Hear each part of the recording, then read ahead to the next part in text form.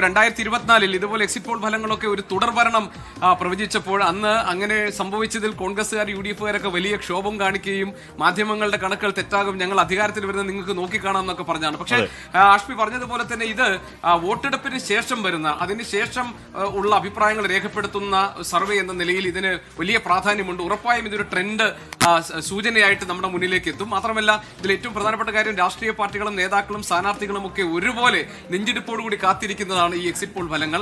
എന്താണ് കേരളത്തിന് വേണ്ടി കാത്തുവച്ചിരിക്കുന്ന പ്രവചനങ്ങൾ, അതോടൊപ്പം തന്നെ മറ്റ് 4 സംസ്ഥാനങ്ങളിലെയും സ്ഥിതി എന്താണെന്നൊക്കെ നമ്മളെ അറിയാൻ സഹായിക്കുന്നതാണ്. വളരെ ഉദ്വേഗഭരിതമായ നിമിഷങ്ങളിലേക്ക് നമ്മൾ കടക്കാൻ പോവുകയാണ്. ഒരു കൗണ്ടിങ്ങിന് പ്രീ കൗണ്ടിങ് ടൈമിലുള്ള ഒരു എന്താ പറയുക വൈബാണ് ഇതിനകത്ത് കാണാൻ പോകുന്നത്. 2011 ഇപ്പോ എക്സിറ്റ് പോൾ പാളി ചരിത്രം ഓഫ് കോഴ്സ് ഉണ്ട്.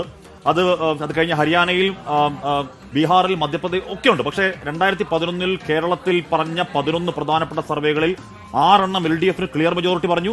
ഒറ്റ ഒരെണ്ണം മാത്രമാണ് പാളിപ്പോയത് UDFന്. ചാണക്യ 2021. അപ്പൊ എന്ന് പറഞ്ഞാൽ അത് കൃത്യമായ ട്രെൻഡായിരുന്നു. അതുകൊണ്ട് ഈ എക്സിറ്റ് പോളുകൾക്ക് ഒരു പ്രസക്തി എന്തായാലും ഉണ്ട്, ഇനി ആര് പരിഹസിച്ചാലും അല്ലേ.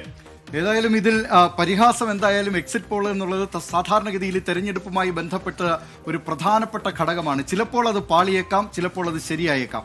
കാരണം ഇതിന്റെ സാമ്പിൾ സൈസ് ഒക്കെ എടുത്താണല്ലോ ഇത്രയും വോട്ടർമാരെ കണ്ട് വോട്ട് ചെയ്ത് ഇറങ്ങിയാൽ ഉടൻ തന്നെ വോട്ടർമാരുടെ അഭിപ്രായം തേടിയൊക്കെയാണ് വിവിധ ഏജൻസികൾ. ഇത് ഏതെങ്കിലും ഒരു ഏജൻസി മാത്രമല്ല, രാജ്യത്തെ പ്രധാനപ്പെട്ട വിവിധ ഏജൻസികൾ നടത്തുന്ന സർവേയുടെ ഫലങ്ങളാണ് 24ന്റെ സ്ക്രീനിൽ തെളിയാൻ പോകുന്നത്. അല്പസമയത്തിനകം എക്സിറ്റ് പോളുകളുടെ ആദ്യ ഫലങ്ങൾ വന്നു തുടങ്ങും. ഏതായാലും എല്ലാ ഏജൻസികളുടെയും സമഗ്രമായ വിവരങ്ങൾ 24ന്റെ സ്ക്രീനിൽ കാണും.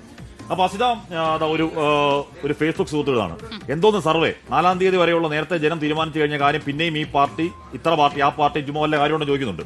ആ സുഹൃത്ത് ആദ്യം സ്ക്രീന് മുന്നിൽ ഇപ്പോൾ ഉണ്ട്. ഈ പറഞ്ഞ് കളിയാക്കുന്ന മുഴുവൻ മനുഷ്യന്മാരുണ്ട്, സകല രാഷ്ട്രീയ പാർട്ടിക്കാരുണ്ട്. എന്ന് പറഞ്ഞാൽ ഇത് 4-ാം തീയതിയിലേക്ക് പോകുന്നതിന് മുമ്പ് എല്ലാവരുടെയും ഇതെങ്ങോട്ടാണ് പോക്ക്, ഈ പിടികിട്ടായ്മയിൽ എന്തെങ്കിലും പിടികിട്ടുമോ എന്ന ഒരു ചോദ്യമാണ്. അത് തർക്കമുണ്ടോ? തീർച്ചയായും ഇനി 5 ദിവസമല്ലേ ഉള്ളൂ, 5 ദിവസത്തെ കാത്തിരിപ്പ് കൂടി പോരെ എന്ന് പൊതുവിൽ എല്ലാവരും ചോദിക്കാറുണ്ട്. പക്ഷേ 5 ദിവസത്തിന് മുൻപ് ഇങ്ങനെ ഒരു എക്സിറ്റ് പോൾ വരുമ്പോഴും കേരളത്തിലെ സകലമാന ജനങ്ങളും ഇന്ന് ടിവിയുടെ മുന്നിലായിരിക്കും എന്നുള്ളതിൽ ഒരു സംശയവുമില്ല. ഇത്തവണ മറ്റൊരു പ്രത്യേകത കൂടിയുണ്ട്. ഇപ്പോൾ മാധ്യമപ്രവർത്തകരടക്കം വ്യക്തിപരമായ ചില സർവേകളൊക്കെ നടത്തി അവർ കൂടി അതിന്റെ റിസൾട്ട് ഫേസ്ബുക്കിലൊക്കെ പ്രസിദ്ധീകരിക്കുന്നുണ്ട്. അപ്പോൾ അത്ര വലിയ ആവേശം, അത്ര വലിയ കാത്തിരിപ്പ് ഉണ്ട് എന്നതിൽ തർക്കമില്ല. ഒരു കാര്യം കൂടിയുണ്ട് ഹാഷ്മി, പ്രീ പോൾ ഫലങ്ങളായിരിക്കുമ്പോൾ എക്സിറ്റ് പോളിൽ ആവർത്തിക്കാൻ പോകുന്നത് എന്നൊരു വലിയ രാഷ്ട്രീയ കൗതുകമുണ്ട്. പ്രീ പോൾ സർവേകൾ നടക്കുമ്പോൾ ഉണ്ടാകുന്ന സാഹചര്യമല്ല പോളിംഗിന് ശേഷം എന്നുള്ളതാണ് പൊതുവിലുള്ള വിലയിരുത്തൽ, പ്രത്യേകിച്ചും ഈ പോളിംഗ് ശതമാനമൊക്കെ ബന്ധപ്പെട്ട്. അതുകൊണ്ട് തന്നെ ആളുകളിലേക്ക് ഡയറക്റ്റ് ഇറങ്ങിച്ചെന്നുള്ള കണക്കെടുപ്പാണ്, അതിന്റെ സാമ്പിളുകളാണ്, അതിനൊരു ആധികാരികത ഉണ്ട് എന്നത് തന്നെ വിശ്വസിക്കാം. ഹാഷ്മി പറഞ്ഞതുപോലെ തെറ്റിയ ചരിത്രമൊക്കെ ഉണ്ട്. പക്ഷേ എങ്കിലും 2021 സാഹചര്യം വെച്ച് ഏറെക്കുറെ ഒരു ചിത്രത്തിലേക്ക്, ഒരു കണക്കിലേക്കൊക്കെ എത്താൻ എന്തായാലും സാധിക്കുമെന്ന്